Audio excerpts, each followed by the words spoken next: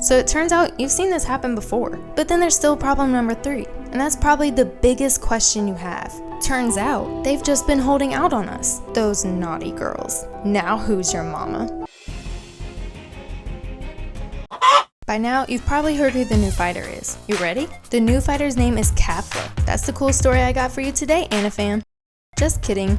Seriously though, that's about as much information as you've gotten about this. But you want to know more about Kefla'. Why? Because the Anafam is the smartest anime family on YouTube. So you obviously got smart questions. Like, how does this news match up with the picture they leaked? There are a lot of things that don't match up, but what does is turning on the notifications after you click subscribe. It's easier than instant transmission. To prove that the new fighter really is Kefla', there are things that need to be explained. Before they revealed the new fighter, all you had was a picture and a ton of theories. Some people said the head looked like Jiren's, so maybe he had a skinnier form coming. Bruh. But Jiren doesn't wear boots. You know who does though? Hit. So maybe Hit just took off his jacket. Bruh. But now, you know those theories were wrong. And honestly, you should have known the entire time. Look at the picture again. You see it? You know the funniest part about those theories? They had to do with dudes. Now do you see it? So many people missed the biggest clue. Let me explain. Ever wonder why they put the text over the new fighter's waist? It wasn't just a good place to put it.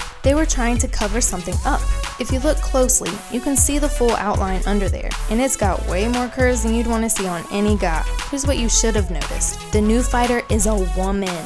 But how does that mean it's Kefla' and Kale? It's not like they're the only girls in the show. Take a quick second to think about this. These two girls are always together. Like my balls. My Dragon Balls. Bruh. And have you ever noticed? When they're together, everything's fine. But when Kefla' does anything without Kale, Kale goes berserk. Literally. Something bad always happens when they're apart. As humans, we're gonna avoid the bad stuff. Meaning now you want Kefla' and Kale to be together. And you always think of them at the same time. Almost as if they were one person. But that's not all. These girls don't just hang out together. You've seen them fight together too. And there was this one fight that gave something away. Kale and Kefla' were pushed to their limits, more than ever before. And that's when something really interesting happened. Do you remember the fight I'm talking about? It was an outnumbered battle, 4 against 2. The Pride Troopers ganged up on the girls, and things weren't looking so great for them. But you forgot something super important. These girls are Saiyans. And what do Saiyans do best? Use what they care about most to get stronger. So Kale and Kefla' decided to fight side by side. They had to protect each other. Why? Because they're like sisters. That's the person they care about the most, and that's how they got stronger. Their two attacks twisted together, forming one unbeatable beam of energy. Do you realize what just happened? You just saw a fusion. No, Kefla' and Kale didn't fuse, but their attacks did. This is proof that these girls are stronger together. Imagine what would happen if they became the same person. But there's still a huge problem. Actually, there are 3. And they make this whole Kefla' fusion something really hard to believe. Number 1, look at those eyebrows. This is one of the reasons some people thought it was Hit. There is an explanation for this, but first, let's explain problem number 2. The fighter is bald. How could that be a fusion between Saiyans? Especially girl Saiyans. It's obvious that they're trying out a new hairless look. I'm kidding. Every single one of you knows what a Saiyan's hair looks like. It doesn't matter if they blacked out the picture or not. The identity of the new fighter would have been obvious. It seems too simple to be true, but the best way for them to keep you guessing was this: erase the hair. That helps you believe in a Kefla' fusion a bit more, but what about the eyebrows? In the preview for Dragon Ball Super episode 113, Goku said he was going to use Super Saiyan 3, and here's something we can both agree on. Goku seems to slowly be turning into a mentor for these girls, and now that he's using Super Saiyan 3, it only makes sense for them to learn it too. But what makes this form look so different from the others? Super long hair and huge eyebrows. So now you know why the picture shows her with eyebrows like that. But why would they be showing them learning a new form plus a fusion? It seems kinda strange, like they're giving them 2 power-ups at the same time. But you know what? Remember when Goten and Trunks learned Super Saiyan 3? Actually, it wasn't Goten or Trunks, it was Gotenks. Yep, they learned Super Saiyan 3 while they were already fused. Now you see the connection? Technically, it's backwards from what Gotenks did, but Kale and Kefla' are about to fuse in a Super Saiyan 3 form.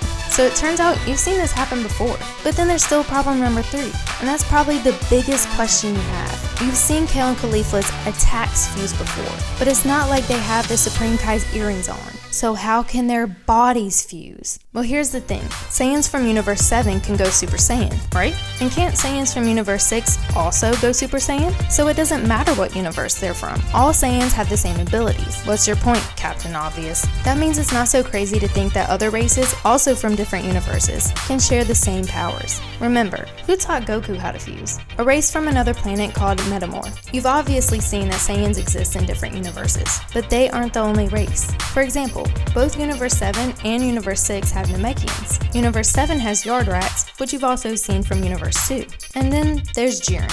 He's a gray alien, same as Jaco and the ref from the tournament between Universes 6 and 7. So there are 3 other races that exist in both Universe 7 and somewhere else. What does that mean? Don't you think it's possible that a Metamoran race could also exist somewhere else too? It was recently released that Kefla and Kale learned fusion from Champa, but how would he know the art of fusion? Well, if Metamorans also exist on Universe 6, then it's completely possible that Champa already knows how to teach the girls to fuse. They've just been holding out on us, those naughty girls. Now who's your mama? Think about the power that a Super Saiyan 3 Gotenks had. They were able to break out of the hyperbolic time chamber, and now you have all the evidence you need to prove that the new fighter really is Kefla, a fusion between Kale and Kefla, who are way stronger than Goten and Trunks. Kefla is about to be a beast, and you better believe she won't be afraid to let Goku know it. Honestly, she's got a right to be cocky, but she needs to be careful. There have been many times a Saiyan was cocky, and each time, that overconfidence almost lost them their fight. After all, even with a huge power boost, she won't be the strongest fighter there.